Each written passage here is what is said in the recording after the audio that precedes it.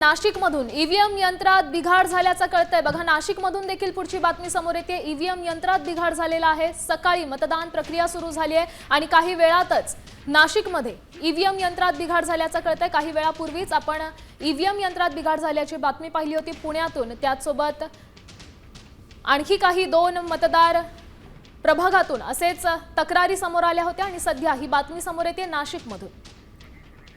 या संदर्भात अधिकची माहिती देतात आपले प्रतिनिधी अभिजित सोनावणे।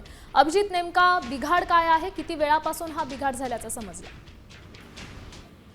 प्रभाग क्रमांक 24 मधील मॉडर्न हायस्कूल मधलं खोली क्रमांक 8 मधलं जे मतदान केंद्र आहे त्या ठिकाणी अद्यापही मतदानाला सुरुवात होऊ शकलेली नाहीये। ईव्हीएम मध्ये बिघाड झाल्यानं या ठिकाणी मतदान जे आहे ते मतदानाची प्रक्रिया सुरू झालेली नाहीये। सकाळी 7:30 वाजल्यापासून हा बिघाड अगदी सुरुवातीलाच या मतदान केंद्रावर झालेला आहे। मतदान केंद्रावर खरं तर नागरिकांच्या मतदानासाठी रांगा लागलेल्या आहेत, मात्र ईव्हीएम मध्ये बिघाड झाल्यामुळे अद्यापही या मतदान केंद्रावर मतदान प्रक्रिया सुरू होऊ शकलेली नाहीये। सध्या युद्ध पातळीवर ईव्हीएम मधील बिघाड दुरुस्त करण्याचे प्रयत्न जे आहे ते निवडणूक अधिकारी कर्मचाऱ्यांकडून केले जात आहेत, मात्र ईव्हीएम मध्ये बिघाड झाल्यानं अद्यापही या ठिकाणी मतदानाला सुरुवात होऊ शकलेली नाही।